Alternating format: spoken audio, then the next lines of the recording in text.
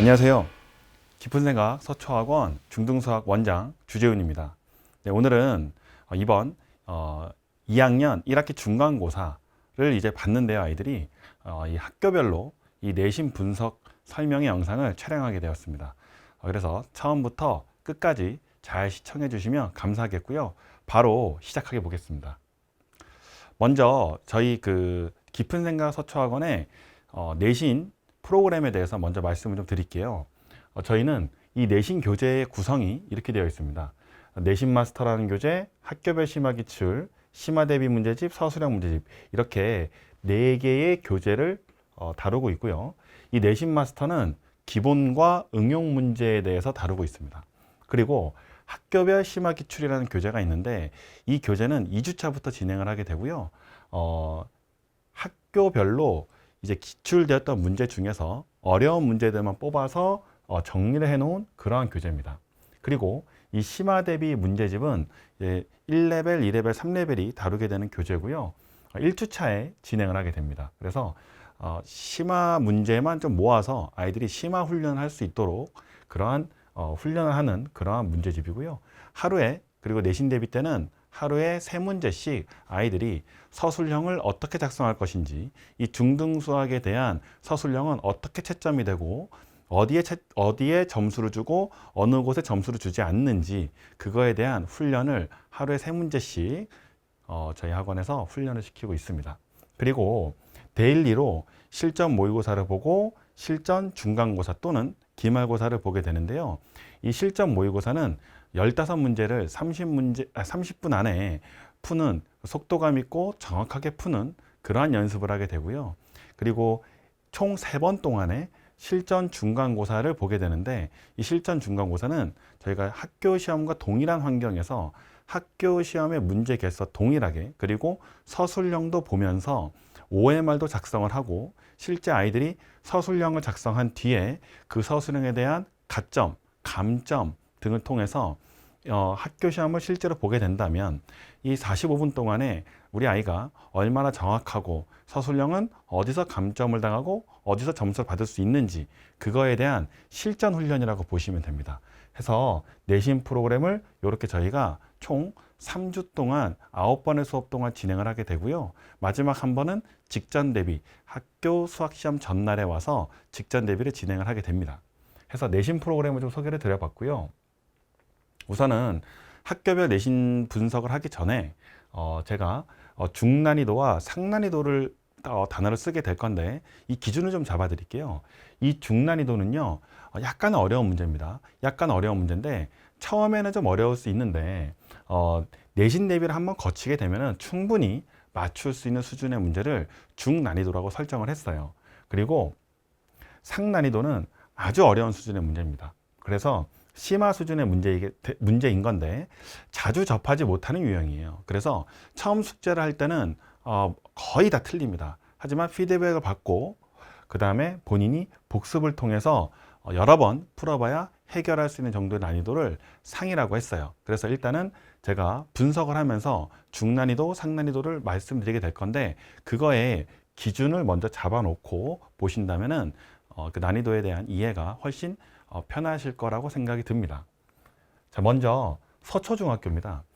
이 서초중학교는요, 원래 우리가 2학년 1학기 때에 보는 범위가 통상적으로 정해져 있는데 굉장히 이례적으로 거의 처음인 것 같아요. 해서 이 유리수와 순환소수 그리고 다항식 계산까지는 교재 중에서 1학기에 존재하는 단원입니다. 근데 이 삼각형의 성질이 2학기 단원이에요. 그래서 대다수의 학교, 거의 모든 학교들이 이 삼각형의 성질을 2학기 때 배우게 되는데, 서초중학교는 이번에 이 삼각형의 성질을 동시에 배웠어요. 그래서 이번 1학기 중간고사 때 시험 범위에 들어가게 됐습니다. 그래서 출제 비중도 이 삼각형의 성질이 거의 절반 정도가 됐고요. 나머지 요 두 단원이 한 절반 정도가 됩니다.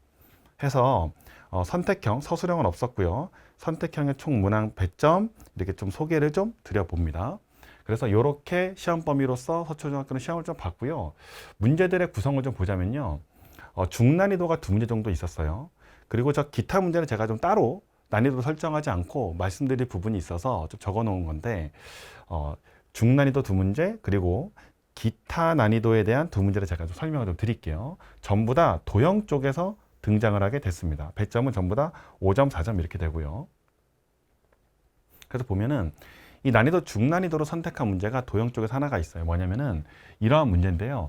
이 문제가요, 삼각형의 이등변 삼각형의 외심의 위치에 대한 문제입니다. 그래서 그거를 옆으로 좀 뉘어 놓은 건데, 이게 문제를 읽어보면은 사실 이 녀석이 막 움직여요. 요 길이를 h라고 했는데 요 d가 막 좌우로 이렇게 움직입니다. 좌우로 움직이는데 그림의 상태가 이렇게 고정되어 있다 보니까 아이들이 요 c에서 요 d까지의 거리와 요 h의 거리를 눈으로 보기에는 h가 더 길어 보이니까 이제 요 문장을 볼 때 조금은 혼돈을 가져올 수 있지만 개념이 정확하게 잡힌 상태라면은 요 d가 요렇게 아래쪽으로 요렇게 요만큼 내려와서 요게 둔각 삼각형이 된다면 둔각 삼각형에서의 외심 위치는 삼각형의 외부에 있기 때문에 요 기억과 니은이 바로바로 틀린다는 사실을 알게 돼요.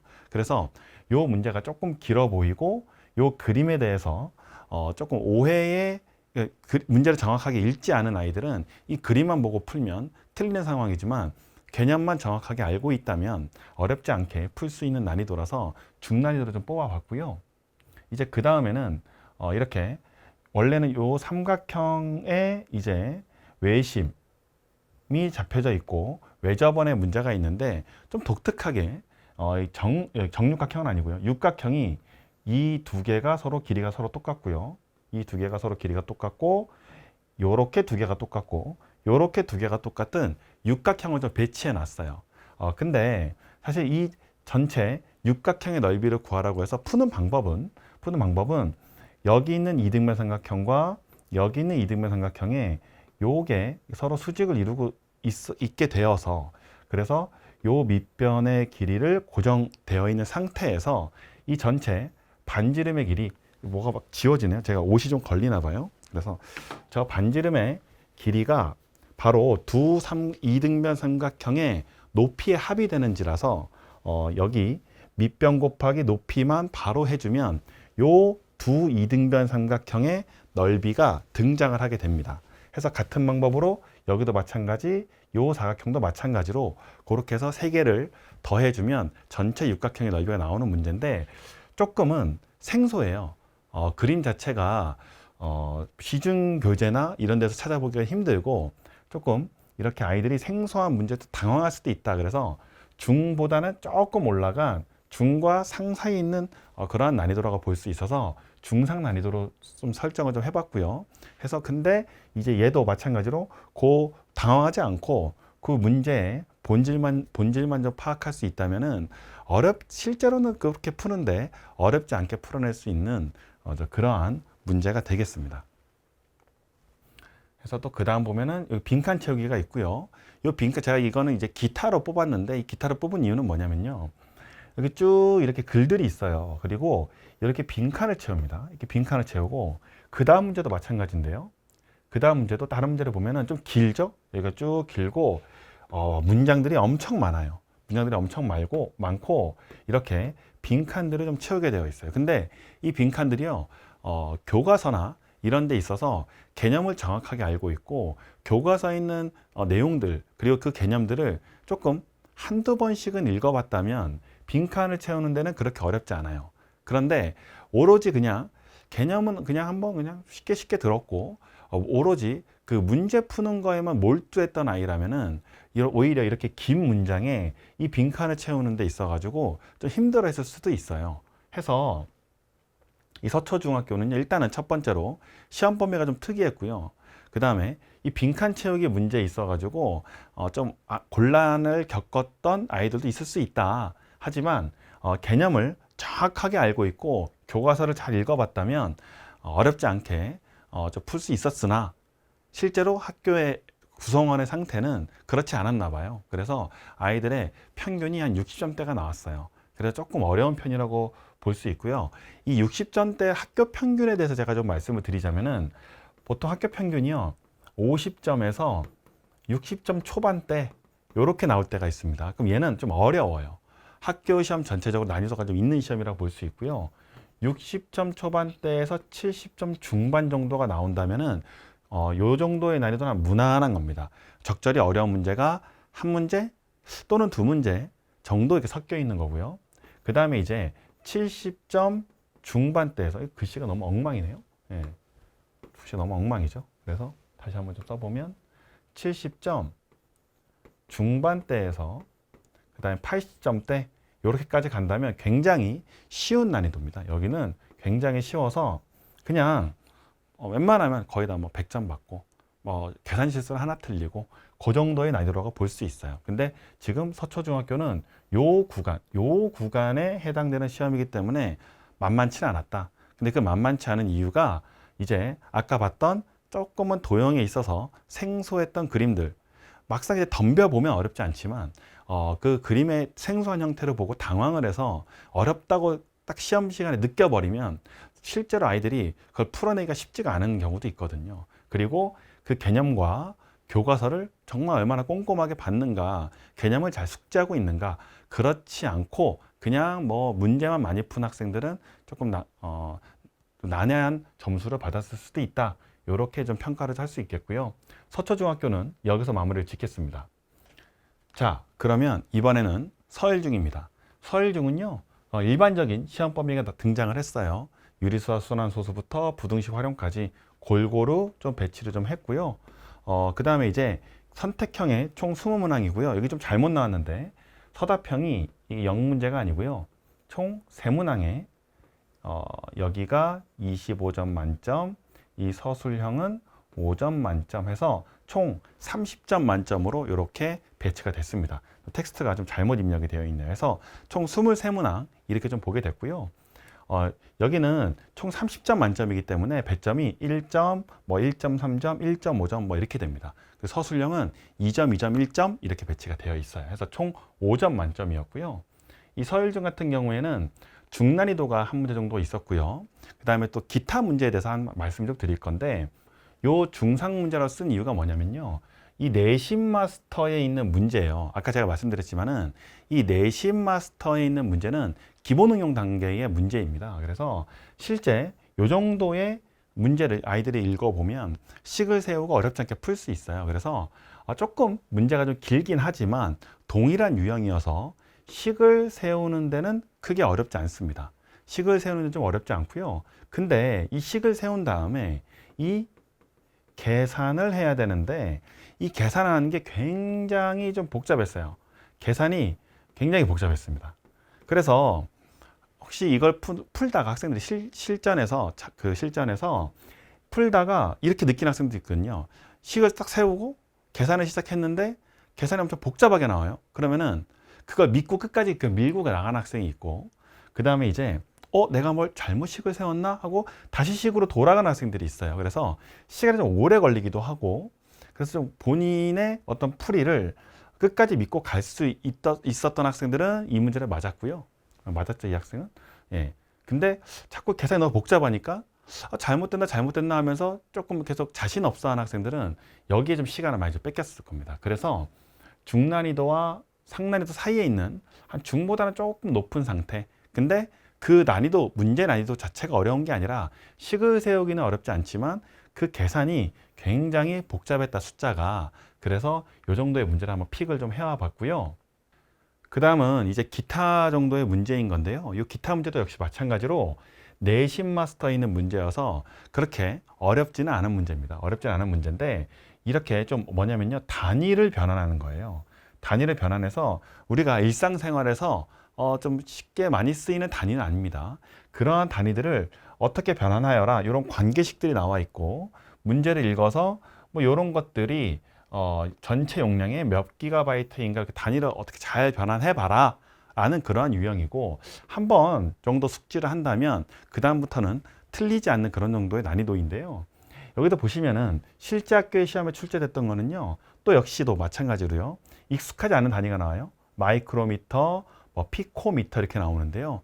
피코미터는 저도 굉장히 생소합니다. 그래서 그 미터와 센티미터의 관계, 센티미터와 밀리미터의 관계, 밀리미터와 마이크로미터의 관계, 마이크로미터와 나노미터의 관계, 나노미터와 피코미터의 관계, 뭐 이렇게 나와 있죠. 해서 그런 관계들이 쭉 5개 정도의 관계가 좀 나와 있기 때문에 그게 좀 많고, 단위의 생소함으로 인해서 좀 어렵게 느낄 수 있겠지만은 사실 내신에서 이러한 훈련만 제대로 잘 그냥 했다면 실제 난이도 자체는 그렇게 어렵지 않아서 충분히 맞출 수 있는 그러한 난이도라고 볼 수 있겠습니다. 해서 이 서일중은요, 아까 그 계산이 엄청 복잡했던 거, 그거를 제외하고서는 전반적으로 좀 무난한 난이도였고요. 실수만 하지 않는다면 좀 좋은 점수를 마크할 수 있는 그러한 시험지라고 좀 볼 수 있겠습니다. 이제 경원중입니다. 경원중은 단원별로 골고루 좀 냈고요. 역시 서술형은 없었고 이렇게 배점이 이루어져 있었어요. 그래서 그 다음을 좀 보면은 이 경원중 같은 경우에 중난이도의 문제를 한 3문제 정도로 배치를 해놨는데요.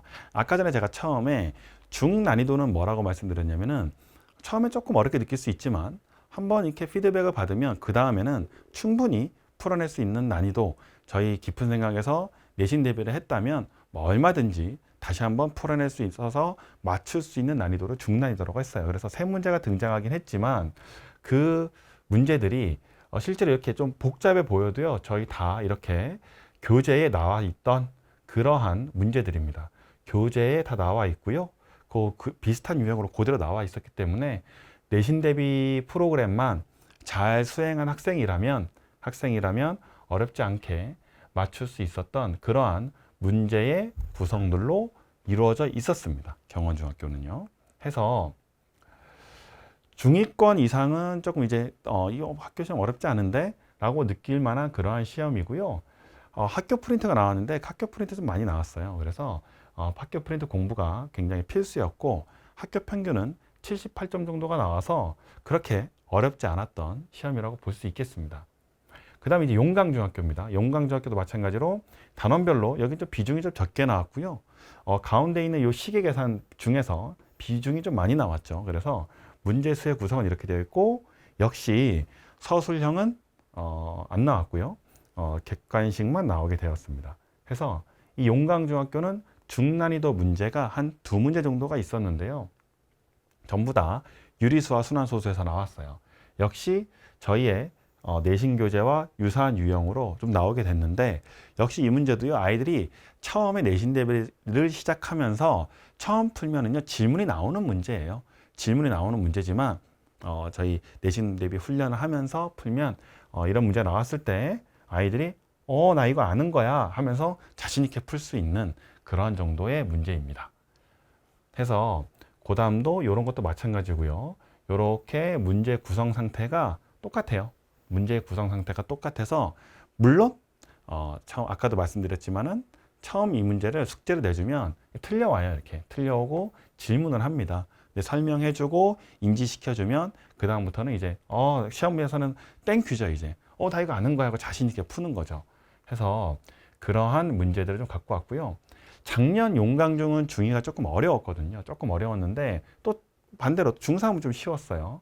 근데 올해도 중학교 2학년 정도는 그러한 저희가 아까 말씀드렸던 내신 대비를 좀 거치고 나서 그런 피드백을 받은 뒤에 본인이 한 번 더 복습을 해서 시험 문제를 만나면 자신감 있게 풀 수 있지만, 그렇지 않다면 조금 어렵게 느껴질 수도 있었습니다. 해서 용강중은 이 정도로 저희가 좀 총평을 좀 내릴 수가 있겠고요. 다음은 원천중학교입니다. 역시 마찬가지로 3개의 단원에 있어가지고 골고루 배치가 좀 되어 있었고요. 역시 또 서술형은 없었지만 객관식으로 이렇게 배치가 좀 되어 있었습니다. 좀 이렇게 소수점 단위로 점수를 좀 쪼개놨죠. 이렇게 소수점을 쪼개놨고, 안 보이지만 여기 5.5점까지 있습니다. 네. 해서 이 원천중학교는요, 중난이도 문제 정도가 한 문제밖에 없었어요. 그래서 좀 주목해야 될 문제는 한 문제밖에 없었고, 요 한 문제 역시도요, 사실 저희 내신 마스터라는 기본 응용을 다룬 그 교재와 동일합니다. 동일한데 조금 제가 이 문제를 가져온 이유는 뭐냐면요, 문제가 일단 엄청 길어요. 그렇죠?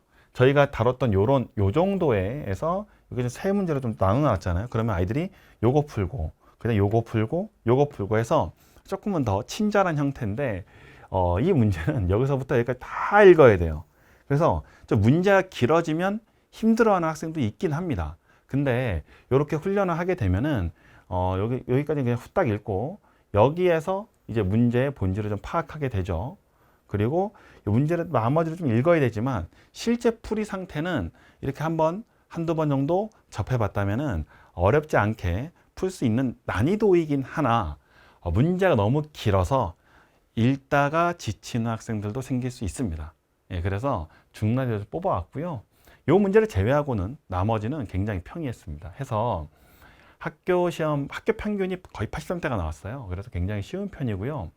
한 가지 좀 특이했던 점은 3번이었나요? 4번이었나요? 아무튼 복수정답 처리 문제가 한 개가 있었는데 요거는 제가 정확히 좀 말씀을 드리자면은 유한소수의 정의에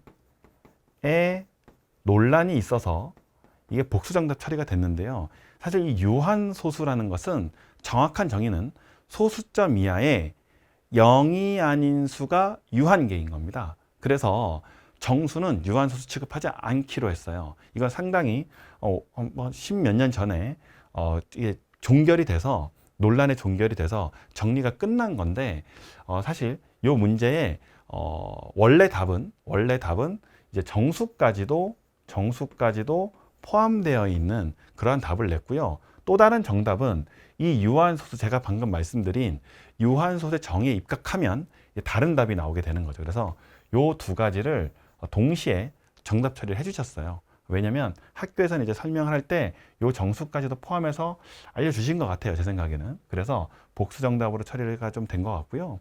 정확한 정의는 유한소수는요. 소수점 이하의 0이 아닌 게 유한계인 거기 때문에 정수는 유한소수라고 하지 않습니다. 그래서 이 두 가지를 전부 다 인정해주는 그래서 복수정답 처리여서 평균이 조금 더 올라간 것도 있죠. 그게 제가 정확히 몇 점짜리였는지까지는 기억이 잘 나진 않지만 한 4점 이 정도가 올라가는 거니까 전체적으로 평균이 좀 올라갔다고 볼 수 있겠어요. 그럼에도 불구하고 좀 쉬운 평이한 난이도였다. 이렇게 좀 볼 수 있겠습니다. 자, 그 다음은요. 신반포 중인데요. 역시 이렇게 배치와 서술형 없었고요. 이렇게 문항수가 저희가 이렇게 좀 정리 좀 해놨습니다. 정리 좀 해놨고요. 시험 범위는 계속해서 모든 학교들이 앞서 말씀드렸던 서초중학교를 제외하고는 전부 다 동일하죠.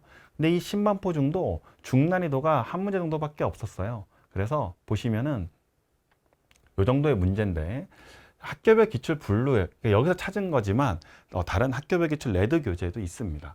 해서 이렇게 아이들이 이걸 처음 풀어오면요.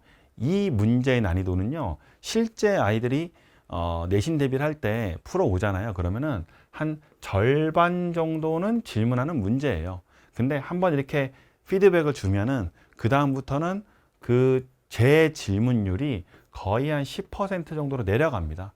그리고 그걸 또 개별 질문 처리해주면 그 다음번에는 이제 아이들이 대부분 맞춰요. 대부분 맞추기 때문에 시험에 이렇게 등장을 한다 하더라도 충분히 맞출 수 있는 그런 난이도인데 처음 보게 되면 조금 어렵게 느껴질 수 있는 문제거든요. 그래서 중난이도로 좀 뽑아왔고요. 하지만 또 역시 마찬가지로 내신 프로그램을 거치면 어렵지 않게 풀 수 있는 그러한 난이도로서 볼 수 있다고 생각이 되어집니다.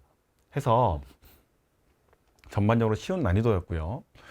좀 쉬웠기 때문에 더 이상 총평을 드릴 건 없어요.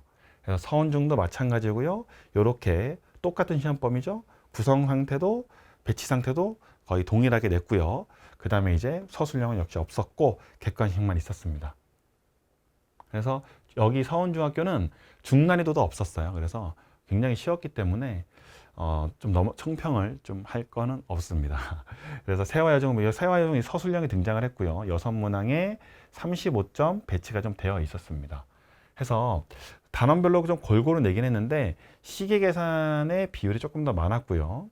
서술형이 좀 나왔었기 때문에 이 서술형에 대한 감점 여부가 좀 이 시험지에서는 굉장히 중요한 상황이었고요.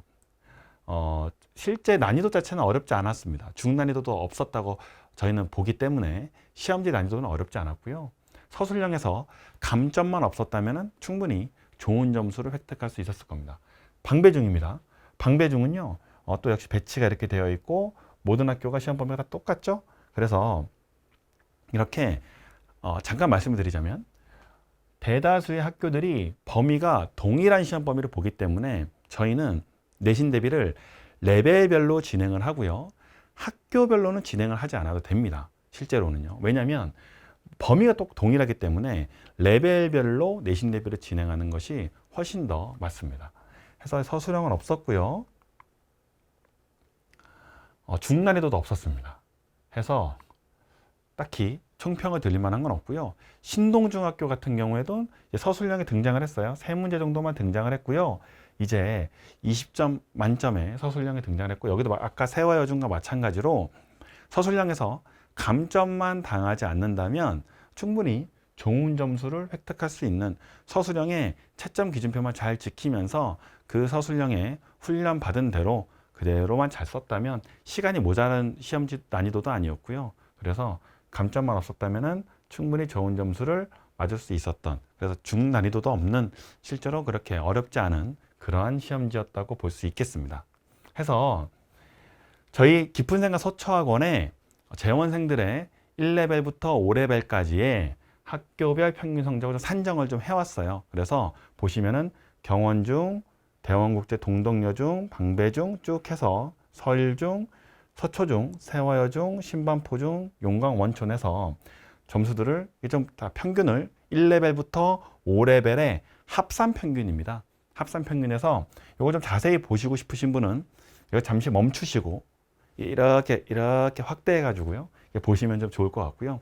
글씨가 좀 작아서 이렇게 좀 핸드폰이나 모바일로 보시는 분들은 이게 잘 안 보일 수도 있거든요. 그래서 조금 확대해서 보셔도 될 것 같습니다. 여기 정지 화면 포인트입니다. 네. 해서 저희 학원 학생들은 이렇게 좀 시험을 봤습니다. 서열중 같은 경우는 30점 만점인데 저희가 100점 만점으로 저희가 환산을 시킨 점수입니다. 그래서 이렇게 좀 볼 수 있겠고요. 사실 2학년은요, 1학년 때 자유학년제에서 시험이 없었기 때문에 아이들이 내신 대비에 대한 훈련이 잘 되어 있지 않아요. 그래서 저희가 특별히 더 2학년, 모든 학년들을 다 신경을 쓰지만 2학년 1학기 때는 아이들이 좀 떠는 학생들도 많고요. 굉장히 긴장한 학생들도 많아요. 그래서 자기의 실력을 제대로 발휘하지 못해서 조금 안타까운 학생들도 좀 종종 나오고요. 그래서 저희가 미리 실전 중간고사 같은 걸 통해서 OMR 작성 같은 것도 해보고, 실제로 그 OMR 작성을 시켜보면요, OMR 작성을 처음 해본 학생들도 있습니다. 소수이긴 하지만. 그래서 저희 학원 내신 프로그램에서는 이러한 훈련을 좀 시켜보면서 실전 감각을 계속해서 키워나가는 거죠. 해서 그걸 학교도 알고 있기 때문에 전반적으로 2학년 1학기 난이도는 좀 무난하게 냅니다. 그럼 그 얘기는 무엇이냐? 학교마다의 조금씩 다른 성격을 가지고 있기 때문에 다 그렇진 않겠지만은 기말고사 때부터는 난이도를 점점 올리는 게 일반적이에요. 그래서 중간고사 나 100점 맞았어 이러면서 기말고사 당연히 100점이겠지 라고 하면서 동일 난이도로 생각한다면 조금 기말고사 때는 낭패를 볼 수가 있어요. 보통은 전반적으로는 중간고사 때는 워밍업의 개념으로 조금 쉽게 냈다면 기말고사 때는 좀 많이 어렵게 내고요. 아까도 보셨지만은 서술형을 등장시키지 않는 학교도 꽤 됐습니다. 근데 이제 기말고사 때부터는 그런 난이도를 올리고, 난이도를 올림으로써 이제 A, B, C, D 등급으로 나눠야 되는 거니까 그 등급을 정확하게 조절하려면 서술형이 필수 조건이거든요. 서술형이 있어야 거기서 정확히 감점도 하고 가점도 좀 해주면서 이 절대 등급 안에 들어갈 수 있는 아이들의 구성원들을 이렇게 잘 쪼갤 수가 있거든요. 해서 서술형도 이제 더 많은 학교들이 좀 등장을 하게 될 거고요. 그 서술형에 대한 훈련도 필수가 될 겁니다. 해서 꼭 기억하셔야 될 거는 중간고사 난이도만큼 굉장히 쉽진 않을 것이다. 이걸 꼭 좀 기억해 주셨으면 좋겠고요. 저희 깊은 생각 서초학원에서 이제 1학기 기말고사의 내신 대비는요, 저희 6월 6일 화요일, 현충일이지만 저희는 빨간 날이지만 이때부터 개강을 해서 수업을 하게 됩니다. 해서 요거 참고해 보시고 이제 일정을 좀 고려해 보시면 좋을 것 같고요. 저희가 지금부터 상시로 입학 테스트의 신청을 받고 있습니다. 물론 이 내신 대비 전에 좀 많이 집중적으로 많이들 보시는데요. 현재부터도 상시적으로 저희가 화, 금, 토에 시간대별로 입학 테스트 신청을 좀 받고 있고요. 제 깊은 생각 홈페이지에서 예약을 진행하실 수 있습니다.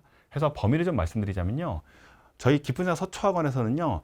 유형이 두 가지 입학 테스트가 있어요. 그래서 A형이 있고요. 이 A형은 대치와 서초가 동일한 시험지에 동일한 커트라인으로 보게 됩니다. 동일한 시험지에 동일한 커트라인이고요. 1부터 5레벨까지 동일한 커트라인입니다. 해서 시험 범위는요. 2학년 1학기, 3학년 1학기, 그리고 수학상의 방정식의 부등식까지 이렇게 총 3개의 영역에 있어서 출제가 되고요. 15문제, 8문제, 7문항 이렇게 해서 총 1시간 30분 동안 30문제를 시험을 보게 됩니다. 그리고 B형은 저희 서초학원에만 있는 입학 테스트인데요. 이 B형을 저희가 제작한 이유는 뭐냐면요. 선행에 자신이 있는 학생들은 선행을 볼 수 있도록 저희가 배려를 해서 구성을 하나 더 해놓은 겁니다. 해서 이 B형의 입학 테스트 범위는요. 수학상 2차 방정식부터 끝까지 도형의 방정식 끝까지 본다라고 볼 수 있겠고요. 그다음에 수학하는 함수 파트를 시험을 보게 됩니다. 해서 수학상은 총 20문항, 수학하에 있는 함수 파트는 총 10문항 해서 30문제에 1시간 반의 시간은 동일합니다. 해서 학생 본인이 좀 자기 학년 거하고 중등과정과 수학상에 자신이 있다. 그러면은 A형을 보면 되겠고요. 본인은 조금 선행을 중학교까지 좀 오래됐고 최근에 선행을 한 게 좀 최근이기 때문에 자기는 좀 선행에 좀 더 자신이 있다 하는 학생들은 이렇게 B형으로 봐서 B형도 동일하게 마찬가지로 1레벨부터 5레벨까지 저희가 동일한 근거로 레벨 컷을 짜서 산정을 하니까요. 자신 있는 시험 범위로 보면 되겠고요. 학생들이 꼭 기억해야 될 부분은 이 시험을 보기 전에 반드시 해당 시험 범위의 그 내용들을 한번 리뷰를 꼭 한번 해보고 시험을 보는 것을 권유드립니다. 그래야 아이들의 제 실력이 나올 수 있고요. 나온 레벨의 결과도 좀 더 객관적일 수 있고 아이도 아쉽지 않고 학부모님도 그에 맞는 적절한 상담을 저희 데스크에서 받아보실 수 있을 겁니다. 자, 해서 오늘 중2 1학기 중간고사에 대한 내신 분석은 여기까지 마치겠고요. 아무쪼록 이 영상을 보시고 학부모님들께서 그리고 학생들도 많은 도움을 받아갔으면 좋겠습니다. 저는 지금까지 깊은생각 서초학원 중등수학 원장 주재훈이었습니다. 감사합니다.